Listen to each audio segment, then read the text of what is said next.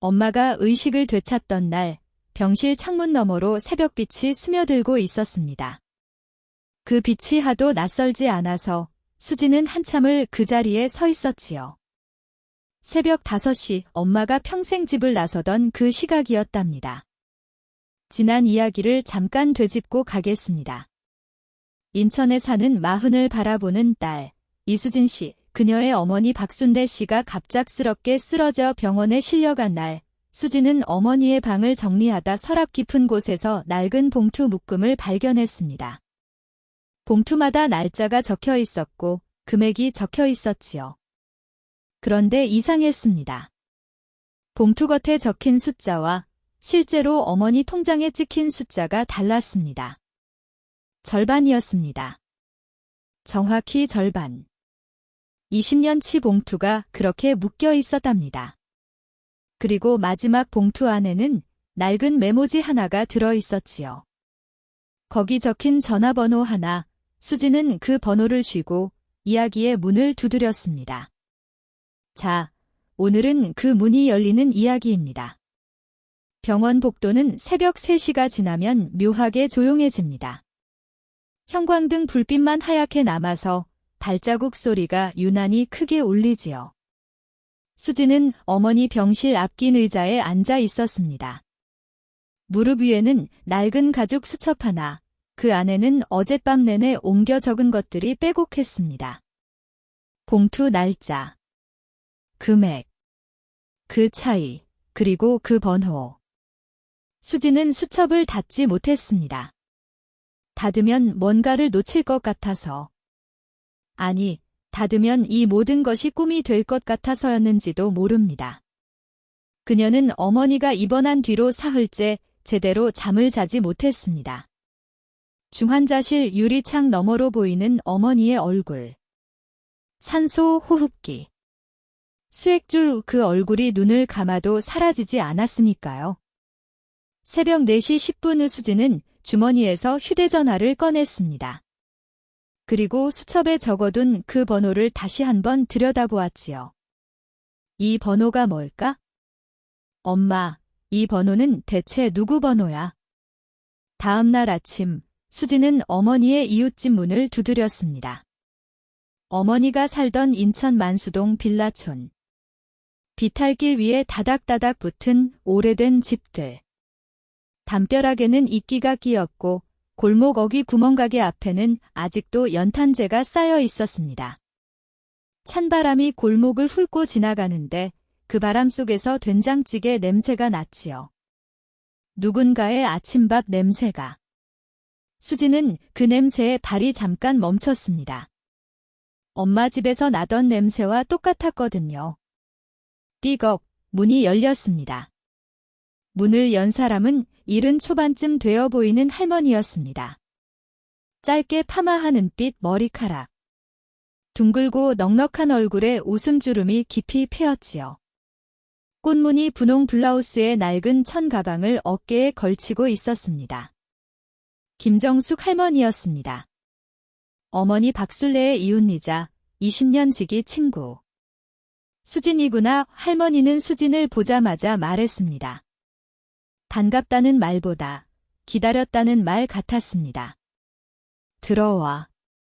차 한 잔 마시고 얘기하자. 좁은 부엌 식탁에 마주 앉은 두 사람.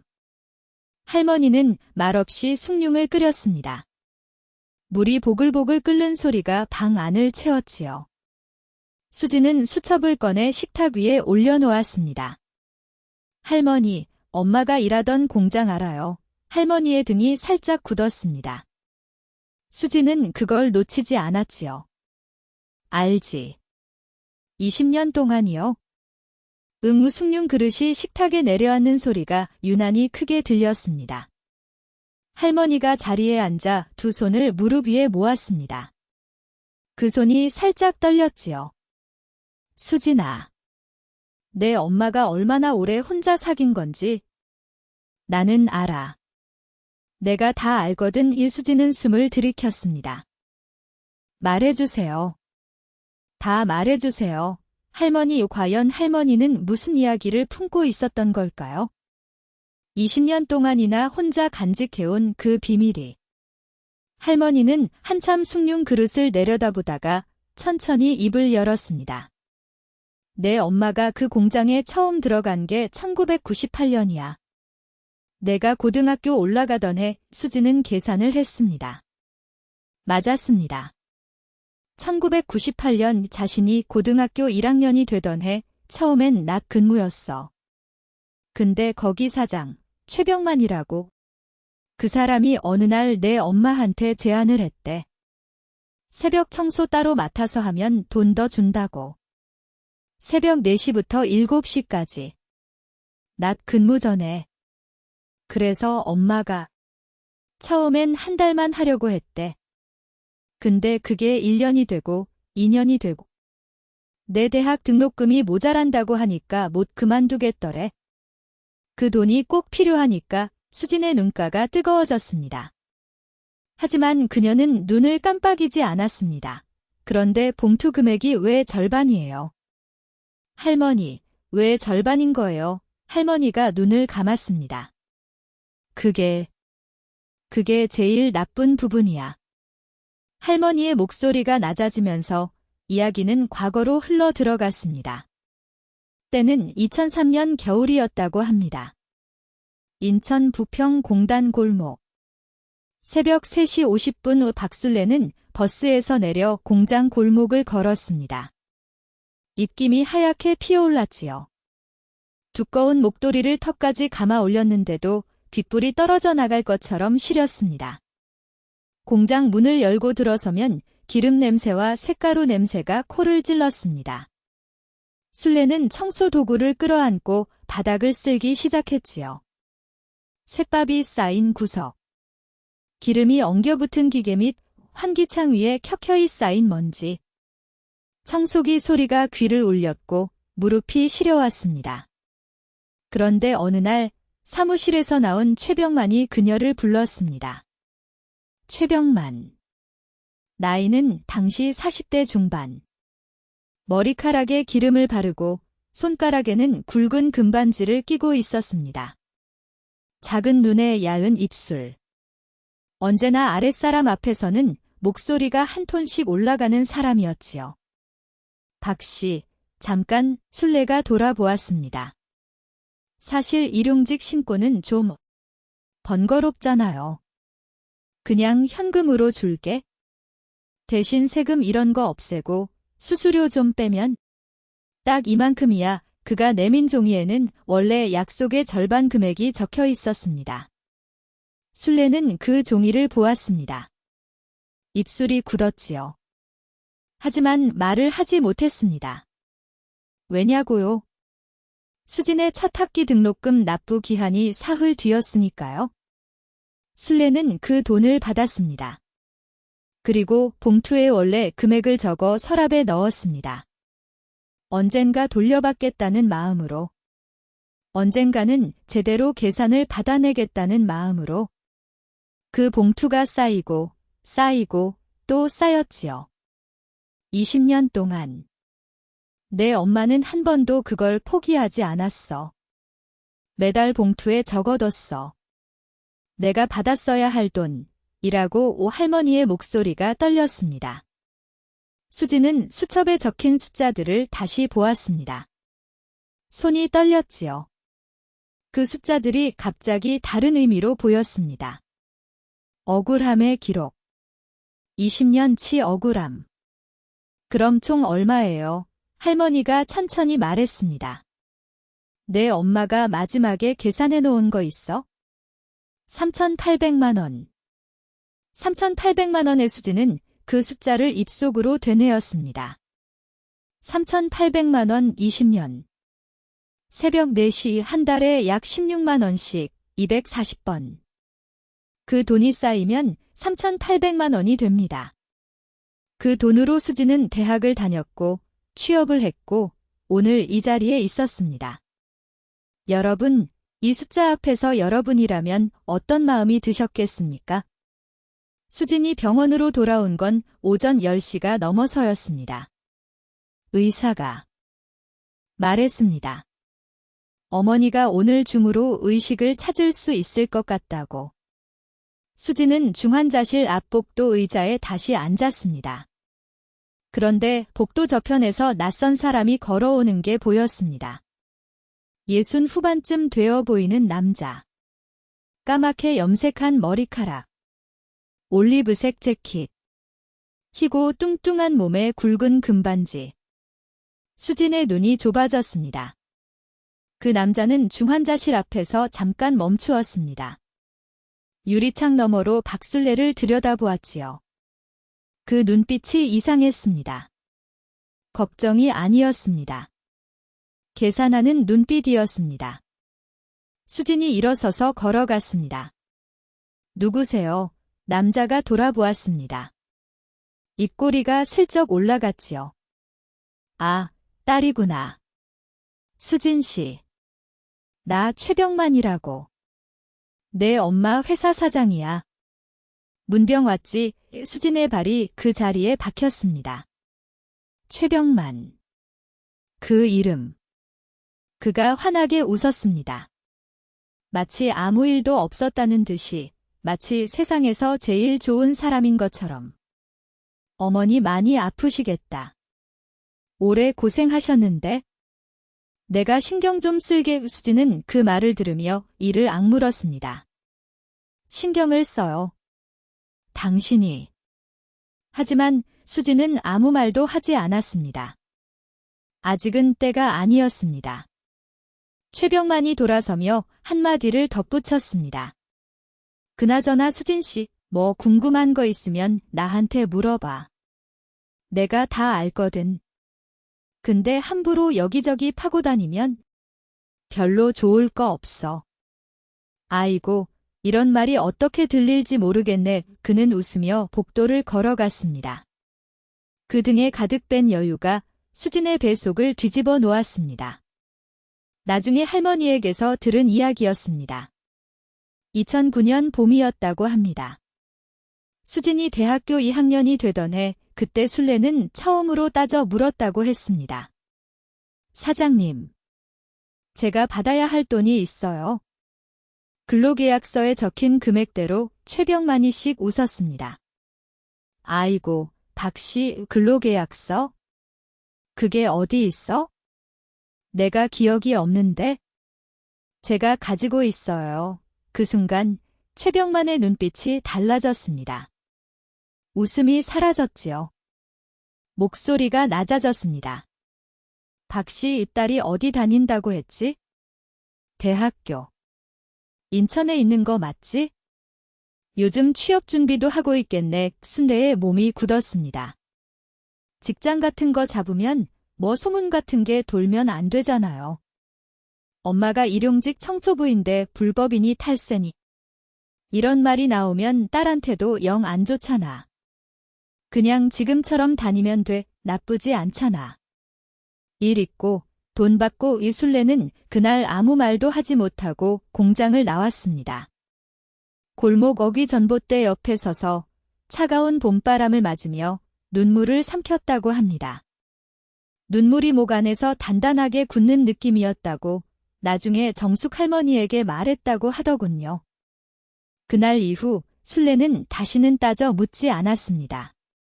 그리고 봉투를 더 꼼꼼하게, 더 빼곡하게 적기 시작했습니다. 여러분, 술래 씨는 왜 끝내 아무 말도 하지 않았을까요? 딸이 무서웠던 게 아니었습니다. 딸에게 짐이 될까 봐 그게 무서웠던 겁니다. 그 침묵이 20년이 되었습니다. 그날 오후 2시 30분이었습니다. 수진이 중환자실 복도를 걷고 있는데 간호사가 달려왔지요. 보호자분. 어머니 의식 돌아오셨어요. 수진의 다리가 먼저 움직였습니다.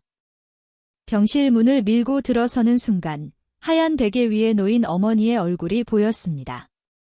눈이 떠 있었습니다. 흐릿하게. 하지만 분명히 열려 있었습니다. 산소 호흡기를 뗀 어머니의 입술이 파르르 움직였습니다. 쑥 지나 목소리가 가늘었습니다. 쉰 목소리였지요. 하지만 수지는 그 목소리를 두 귀로 받았습니다. 엄마, 수지는 어머니 침대 옆에 무릎을 꿇었습니다. 침대 난간을 두 손으로 쥐었지요. 눈물이 나려고 했습니다.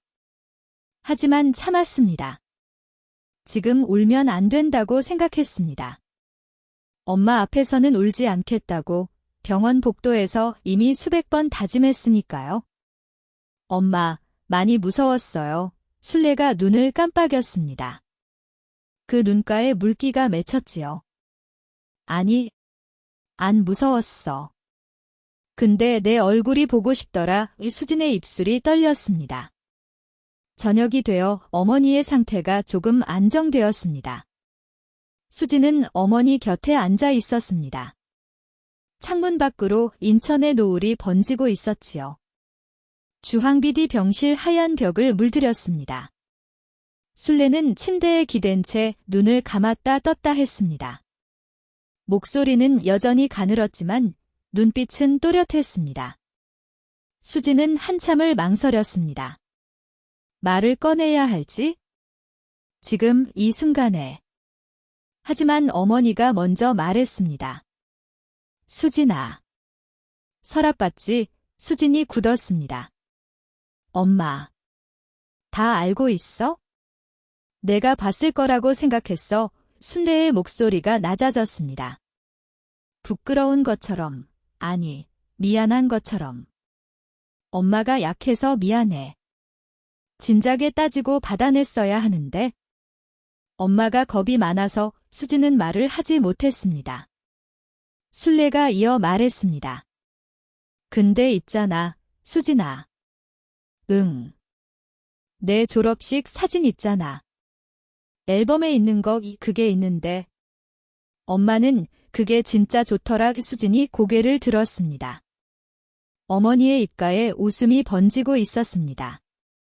주름진 뺨에, 눈가에 그 고단한 얼굴 전체에 번지는 작은 웃음이었습니다. 흰 가운 입고 서 있는 거, 모자 쓰고. 내가 웃고 있잖아. 그게 좋더라고. 이수진은 그제야 울었습니다. 참으려고 했습니다. 정말로 참으려고 했습니다. 그런데 그 한마디에 20년치 새벽이 한꺼번에 무너져 내렸습니다. 소리 없이 그냥 눈물이 흘렀습니다. 뜨거운 눈물이 볼을 타고 내려와 턱끝에서 떨어졌지요. 순례는 딸을 보며 말했습니다. 왜 울어? 엄마는 괜찮은데 그 말이 더 슬펐습니다. 괜찮다는 그 말이. 잠깐 여기서 멈추겠습니다. 엄마가 약해서 미안하다고 했습니다. 하지만 20년을 혼자 버텨낸 그 사람이 약한 걸까요? 저는 그 말을 들으며 생각했습니다. 이 세상에서 제일 강한 사람은 자신이 약하다고 믿으면서도 포기하지 않는 사람이 아닐까 하고요. 그날 밤 수지는 병원에서 돌아와 원룸 바닥에 앉았습니다. 앞에는 어머니 서랍에서 꺼내온 봉투들이 가득 펼쳐져 있었지요. 220개 봉투. 20년치 새벽 4시부터 7시까지 3시간씩. 수지는 수첩을 펼쳤습니다. 연필을 들었지요. 그리고 계산을 시작했습니다. 한 달 차이액 약 16만원 1년, 192만원 20년, 1920만원 20년, 3,840만원. 어머니가 봉투에 적은 총액은 3,800만 원이었습니다. 거의 일치했습니다. 수지는 그 숫자 옆에 천천히 적었습니다. 엄마가 받아야 할 돈. 방 안에 냉장고 돌아가는 소리만 났습니다. 밖에서 바람 소리가 들렸지요. 수지는 오랫동안 그 숫자를 바라보았습니다. 그리고 조용히 휴대전화를 들었습니다. 어머니 봉투 안에 있던 그 번호를 검색했습니다. 번호 조회 결과가 떴습니다. 인천 부평구 부평공단 내 청소용역업체 대표 최병만. 수진의 눈이 좁아졌습니다. 그리고 이번에는 다른 검색을 했습니다. 근로기준법, 임금체불, 소멸시효. 고용노동부 신고 절차. 밤 11시가 넘어서야 수지는 수첩을 덮었습니다. 하지만 잠들지 않았습니다. 새벽 2시까지, 3시까지 수지는 계속 무언가를 적었습니다. 어머니가 20년을 새벽 4시에 일어났다면? 딸은 20년 뒤 새벽 3시에 깨어 있었습니다. 다음 날 아침 병원 입구에서 최병만을 다시 만났습니다. 그는 또 왔습니다.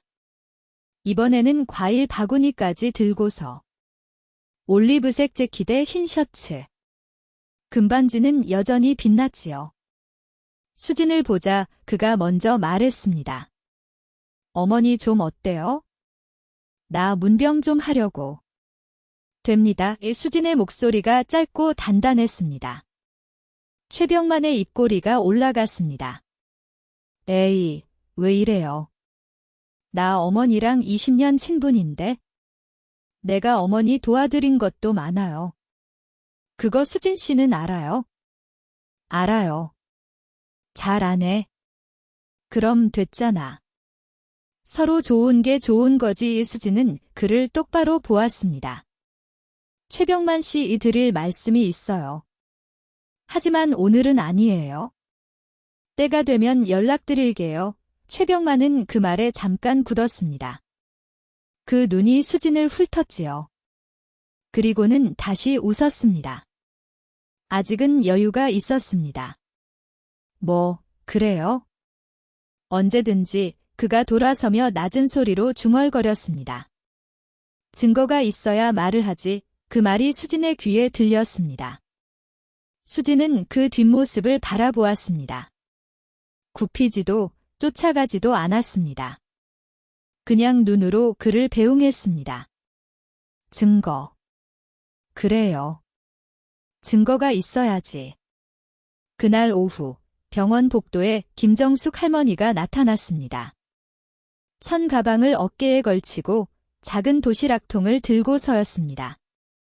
순례를 위해 미음을 끓여왔다고 했지요. 수지는 할머니를 보자마자 말했습니다. 할머니, 엄마가 혹시 뭔가 남겨둔 게 있어요? 증거 같은 거, 계약서나 메모나. 할머니가 잠시 수진을 바라보았습니다. 그리고 천 가방 안을 뒤적였습니다. 수진아.